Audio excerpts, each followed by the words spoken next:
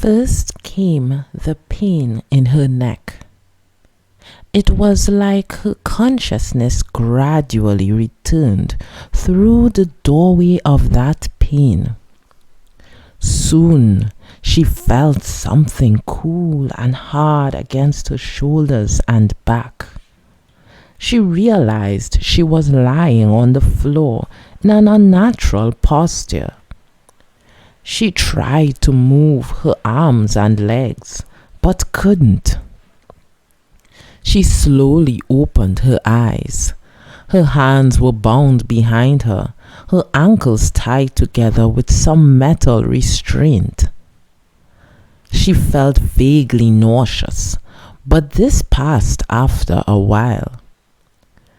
She was in a bare concrete room, big, empty. Directly in front of her was a rusted iron door. There was no window, so she couldn't determine if she was underground or not. She had no idea how much time had passed since she had been kidnapped. She tried forcing her arms apart. Maybe she could break the restraints, but she couldn't muster up much strength. They had injected something into her when they took her. This lack of strength was probably the effect of that. The iron door had a tiny window in it, and she could see someone wearing an Anbu mask peeking in through it. "She's awake. Tell Master Kido." After these words, she heard the footsteps of someone else running off. "Master Kido," the mask said. So this was one of Kido's hideouts. The memory of the kidnapping came back to her. It had been cheap theater, the Anbu holding down the newly returned Sasuke. There was no way something like that would happen right next door to Sakura. And she had been suspicious at first, but she let her guard down for an instant. And for Shinobi, an instant was deadly. "I'm such a disaster," Sakura thought, closing her eyes. She was ashamed of herself for getting caught in such an obvious trap. She could hear footsteps of several people, and then the door opened to allow a man with a hooked nose in. Beside him was a fair-skinned man with a monocle. Hook Nose was wearing a coat over his uniform, while Monocle was in a white robe. Two masked Anbu members stood behind them, probably the pair who had been watching over Sakura outside the door.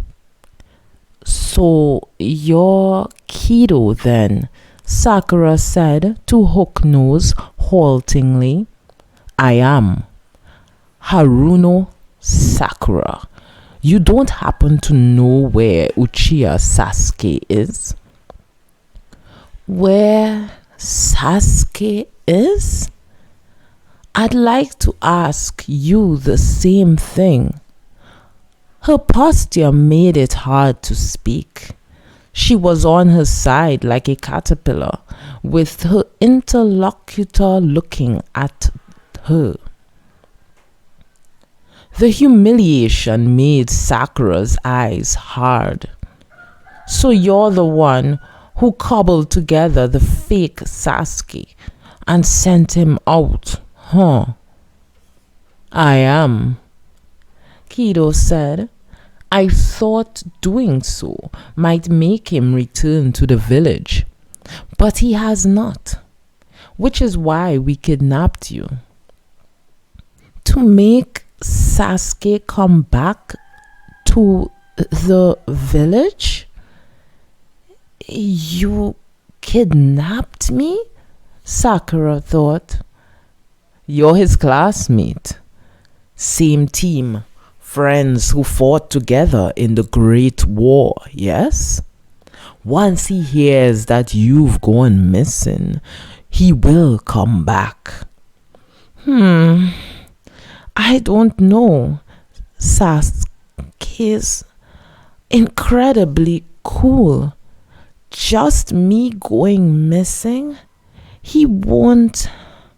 Sakura stopped and then thought, come back to the village. She tried to say, but a small pain shot through her heart. Would you really not come back, Sasuke? She thought. Because it was just me who went missing. She wanted him to come back, but she quickly chased that thought away. That can't happen. If he comes back, he'll be doing exactly what they want.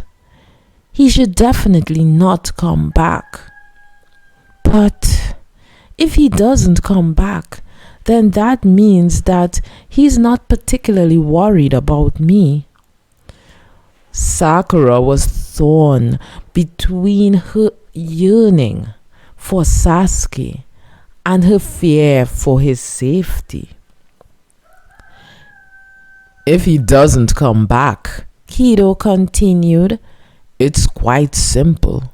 We'll just kill you.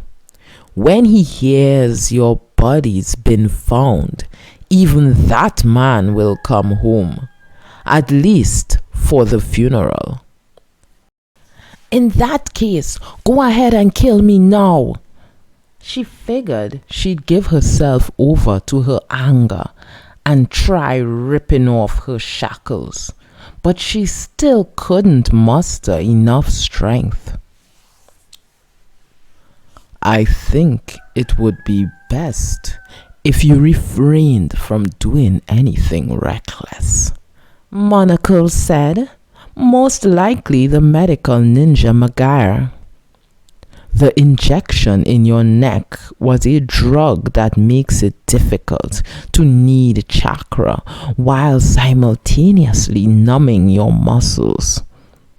Simply being quiet and resting will allow you to avoid expending excess energy.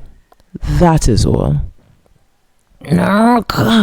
Sakura gritted her teeth. We won't kill you right now, Kido said. Ideally, we would be able to kill you in front of him. Sakura stared up at Kido. In front of Sasuke? Exactly. Doing so will improve the quality of his eyes. Kido gave her the biggest smile he'd had since entering the room. Quality of his eyes. What is he talking about?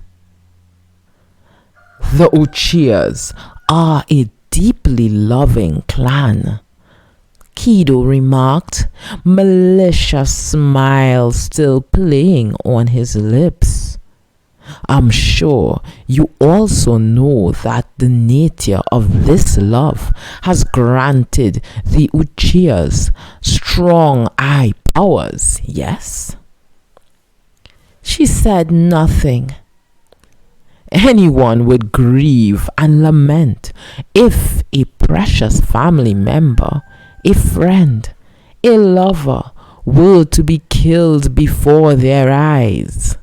But that's not all that happens with the Uchiha clan.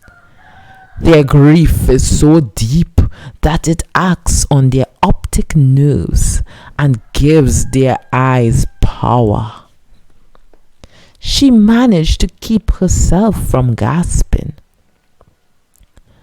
Their sadness and anger and grief must further refine that eye power, which is why we will kill you in front of him.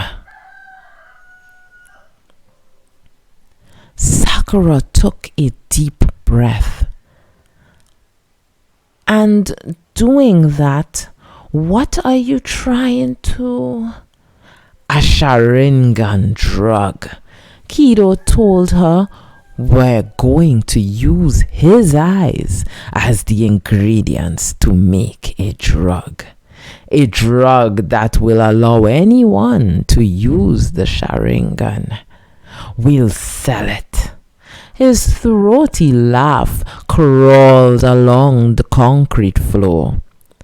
I will collect more money than anyone has ever seen before. Money, money. The menacing chuckle turned into loud laughter and filled the room. This man. For the first time, Sakura felt not hatred for this man Kido, but fear.